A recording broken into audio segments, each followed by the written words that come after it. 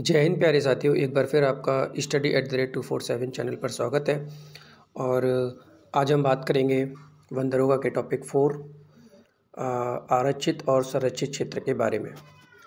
तो सबसे पहले हम बात करेंगे वन से रिलेटेड या हमारे एनवायरनमेंट से रिलेटेड जो भी कॉन्स्टिट्यूशनल प्रावधान किए गए हैं, तो वहाँ से क्वेश्चन बन सकता है। जैसे कि हालांकि ये बताया जा चुका है, लेकिन फिर भी एक बार रिवीजन कर लेते हैं कि 7वीं अनुसूची में वनों को समवर्ती सूची में रखा गया है। पहले ये राज्य का विषय थे, लेकिन बाद में इसको समवर्ती सूची में रखा गया, जिसका अर्थ होता है कि अब वनों से संबंधित जो भी निर्णय हैं वो राज्य सरकार के साथ साथ केंद्र सरकार भी ले सकती है। तो ये जो है आपका 42 अमेंडमेंट 1976 के तहत ये अमेंडमेंट हुआ है। दूसरा जो कॉन्स्टिट्यूशनल प्रावधान है वो है 51 में जी जो है हमारा पार्ट मूल कर्तव्य, फंडामेंटल ड्यूटीज़। तो उसमें हमारा ये कर्तव्य बनता है कि हम अपने पर्यावरण की खुद रक्षा करें। तो ये भी एक संवैधानिक प्रावधान है। और डायरेक्टिव प्रिंसिपल, राज्य के नीति निर्देशक तत्व, जिसमें राज्य का ये कर्तव्य है 48 का के तहत कि वो राज्य के पर्यावरण और वन्य जीव की सुरक्षा करें। तो यहाँ पर राज्य का कर्तव्य हो जाता है। और अब 51 का जो जी पार्ट है उसमें हम लोगों का कर्तव्य है कि हम अपने वन्य जीव, अपने पर्यावरण को सुरक्षित रखें। अब हम कुछ इम्पोर्टेंट टर्म्स की बात कर लेते हैं, ठीक है। जैसे वनाच्छादन क्या होता है। वनाच्छादन का मतलब होता है फॉरेस्ट कवर, ठीक है। तो इसकी अगर डेफिनेशन की बात करें तो 1 हेक्टेयर में वृक्षों का कितना घनत्व है, अगर 10% से ज़्यादा घनत्व है तो उसको हम फॉरेस्ट कवर में काउंट करते हैं। आप ऐसे समझिए, जैसे मान लीजिए ये ज़मीन 1 हेक्टेयर है और इसमें आपके 10 पेड़ से ज़्यादा लगे हुए हैं। 1 हेक्टेयर, इसमें 10 पेड़ से ज़्यादा लगे हुए हैं, तो हम इसको फॉरेस्ट कवर में लैंड को कंसिडर कर लेंगे, ठीक है। तो वो वृक्षादन के अंदर आएगा। अब इसमें फिर से वर्गीकरण होता है। जैसे अगर हम बात करें वर्गीकरण की, तो ये तो डेफिनेशन हो गई। अब वर्गीकरण में फिर होता है कि अति सघन आता है, डेंस फॉरेस्ट, मध्यम, मीडियम और खुला वन, ओपन फॉरेस्ट। तो इनकी परिभाषा की अगर हम बात करें तो डेफिनेशन ये होती है कि अति सघन यानी डेंस फॉरेस्ट, अगर जो आपका लैंड है उसमें जैसे 1 हेक्टेयर में अगर 70% से ज़्यादा जो घनत्व है पेड़ों का, यानी एक लैंड है 1 हेक्टेयर का, उसमें 70 पेड़ आपके लगे हुए हैं, 70 से ज़्यादा, तो उसका डेंसिटी बहुत ज़्यादा है, तो वो डेंस फॉरेस्ट के अंदर कवर होता है। वहीं अगर मीडियम की बात करें तो 70 से 40% का अगर घनत्व है पेड़ों का तो वो मध्यम में आता है, और खुला में 10 से 40। तो 10% से कम का घनत्व वाला जो लैंड है वो आपका फॉरेस्ट कवर में नहीं आता है, ठीक है। यहाँ पर मैंने कुछ आंकड़े भी आप लोगों को दिए हुए हैं कि जो 2021 की जो रिपोर्ट है आपकी, ठीक है, ISFR की जो 2021 की रिपोर्ट है आपकी, उसके अकॉर्डिंग अगर हम बात करें, इंडियन स्टेट फॉरेस्ट रिपोर्ट, तो ये फॉरेस्ट रिपोर्ट है आपकी जो 17 थी, इस बार 2021 में 17वीं थी। 1987 से ये जारी हो रही है और हर 2 साल में इसको ISFR जारी करता है, ठीक है। इससे पहले 2019 में जारी हुई थी, अभी 2021 के लेटेस्ट है, तो वो आपको पढ़नी है। तो 2021 के हिसाब से अगर हम बात करें तो अति सघन फॉरेस्ट 3.04% भाग पे है, ठीक है, 3.04% भाग पे है।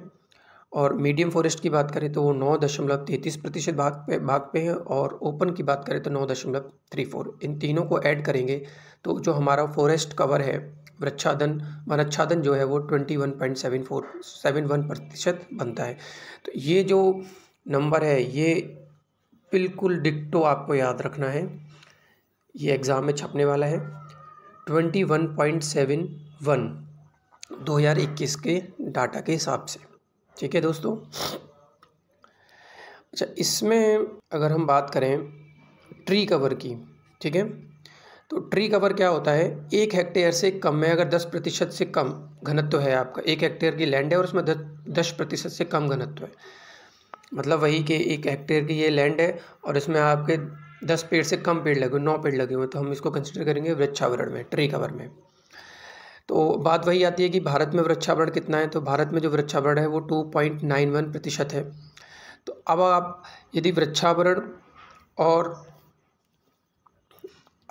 वृक्षावरण हमारा कितना है 2.91%, और जो वृक्षादन था यानी फॉरेस्ट कवर 21.71, और जो ट्री कवर है, इसको क्या बोलते हैं वृक्षादन को, ट्री कवर। तो ट्री कवर हमारा इतना है और फॉरेस्ट कवर हमारा इतना है, ये ट्री कवर है। तो इनको ऐड करेंगे तो बनता है 24.62%। यानी ये जो डाटा है ये आपको एग्जैक्ट आपको याद रखना है, 24.62% है ना। इतना भारत की भूमि पर वन लगे हुए हैं 24.62। लेकिन हमारा जो लक्ष्य है 1988 की जो नीति है, वन की जो नीति है, उसके हिसाब से हमें कितना वन चाहिए 33% पे, लेकिन है कितना 24.62। तो अभी हमें और इंक्रीज़ करने की ज़रूरत है। ठीक है, 17 राज्यों में, राज्य और केंद्र शासित प्रदेशों में 33% से ज़्यादा आपका फॉरेस्ट और ट्री कवर है। ठीक है, तो बाकी राज्यों को इंक्रीज़ करने की ज़रूरत है। जैसे यूपी के अंदर मुझे एग्जैक्ट नहीं पता, लेकिन 9 पॉइंट समथिंग है अप्रॉक्स, केवल 9% पे ही तो क्या हुआ है अभी वो, तो यूपी को तो बहुत ज़्यादा इंक्रीज़ करने की ज़रूरत है। यहाँ पर मैंने एक ब्रैकेट बनाया हुआ है वृद्धि। तो फॉरेस्ट में 2019 से हम तुलना करेंगे, क्योंकि 2019 में रिपोर्ट आई थी। तो इस बार 2021 में फॉरेस्ट कवर में 1540 की वृद्धि हुई, ट्री में 721, टोटल जो वृद्धि हुई आपकी वो 2261 किलोमीटर स्क्वायर की हुई। ये कुछ फैक्ट्स हैं जो आपको याद रखने हैं। यहाँ पर एक चीज़ और मिस हो गई थी, जैसे अंतर्राष्ट्रीय वन दिवस। यहाँ से सवाल बन सकता है कि अंतर्राष्ट्रीय वन दिवस आप देख रहे हैं यहाँ पे, तो अंतर्राष्ट्रीय वन दिवस कब मनाया जाता है, ये डेट आपको याद रखनी है। 21 मार्च को मनाया जाता है। यूएन ने प्रस्ताव भेजा था 2012 में, और तभी से इस डेट को फिक्स कर दिया गया। इसकी थीम आपको याद रखनी है। 2023 में जो थीम है वो है वन और स्वास्थ्य, वन को स्वास्थ्य के साथ जोड़ा गया है इस थीम में। और 2022 की जो थीम थी वो थी वन, सतत उत्पादन और खपत, यानी वन को हम एक सस्टेनेबल प्रोडक्शन के तौर पे देखेंगे और कंजप्शन के तौर पे। कंजप्शन और प्रोडक्शन कैसा होना चाहिए, सस्टेनेबल तौर पे होना चाहिए। सस्टेनेबल का मतलब होता है कि ऐसा नहीं है कि आप फिजूल का खर्चा कर रहे हैं, वनों को काट रहे हैं, नहीं। आप जितना वन काट रहे हैं उतना लगाएंगे भी, उससे ज़्यादा लगाएंगे, और जो यूज़ करना है मतलब आपका सस्टेनेबल, बिल्कुल नपातल यूज़ होना चाहिए, ताकि जो फ्यूचर में हमारी जनरेशन आने वाली है वो भी इनका इस्तेमाल कर सके। अब कुछ हैं, जैसे वृक्ष की परिभाषा क्या होती है। तो वृक्ष ऐसे पादप होते हैं, मतलब ऐसे वृक्ष जिनकी शाखाएं हों और जिनसे लकड़ी प्राप्त होती हो और जो 2 वर्ष तक जीवित रहें। वनीकरण की बात करें तो वनीकरण का मतलब होता है मनुष्य किसी लैंड पे अगर वृक्ष लगा रहा है तो उसको वनीकरण बोलते हैं। और कृषि वानिकी का मतलब होता है कि वृक्ष भी लगा रहे हैं, वन उत्पाद इकट्ठा कर रहे हैं हम, ये सारे काम, और प्लस कृषि भी कर रहे हैं, तो इनका जो मिक्सचर होता है उसको हम बोलते हैं कृषि वानिकी, एग्रो फॉरेस्ट्री। ठीक है, बाकी हमारे में ये टॉपिक है, हमारा टॉपिक है आज का आरक्षित वन। तो आरक्षित वन की अगर हम बात करें तो रिजर्व फॉरेस्ट इसको बोलते हैं, और रिजर्व फॉरेस्ट का मतलब है ये सबसे अधिक प्रतिबंधित होते हैं। मतलब यहाँ आप ना पशुओं को चरा सकते हैं, या ना लकड़ी इकट्ठा कर सकते हैं, ना वन को काट सकते हैं, ना कोई शिकार कर सकते हैं। ये बिल्कुल एकदम प्रतिबंधित है, सारे काम यहाँ प्रतिबंधित हैं। और ये भारत के टोटल 53% भाग पे रिजर्व फॉरेस्ट है आपके। और इस यहाँ पर पूरा कंट्रोल किसका होता है, सरकार का होता है। सरकार चाहे किसी भी वन भूमि को या बंजर भूमि को आरक्षित क्षेत्र घोषित कर सकती है। ठीक है, तो भारत का ये आपको याद रखना है, भारत का जो प्रथम आरक्षित क्षेत्र है वो सतपुड़ा नेशनल पार्क है, जो 1981 में आरक्षित किया गया था। और आरक्षण की जो प्रक्रिया चलती है वो धारा 4 से लेकर के धारा 20 तक चलती है, और ये धाराएं जो हैं वो इंडियन फॉरेस्ट एक्ट 1927 के तहत है। संरक्षित वन की हम बात करें, प्रोटेक्टेड फॉरेस्ट की, तो यहाँ पर भी सरकार का पूर्ण नियंत्रण है। लेकिन पशुचरण, ईंधन की कटाई के लिए लकड़ी या वन उत्पाद इकट्ठा करना, ये प्रतिबंधित नहीं होते हैं। इनको कंट्रोल किया जा सकता है ऑफिसर की मदद से। ये कुल क्षेत्र के 29% भाग पे हैं, तो ये आपको याद रखना है। और संरक्षित वन धारा 29 इंडियन फॉरेस्ट एक्ट 1927 के तहत इनको अधिसूचित किया जाता है।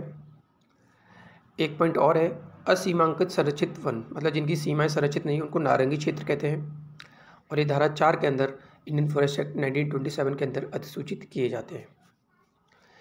दोस्तों, आपको वीडियो कैसी लगी?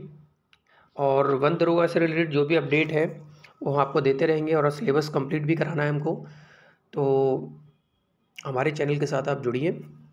धन्यवाद।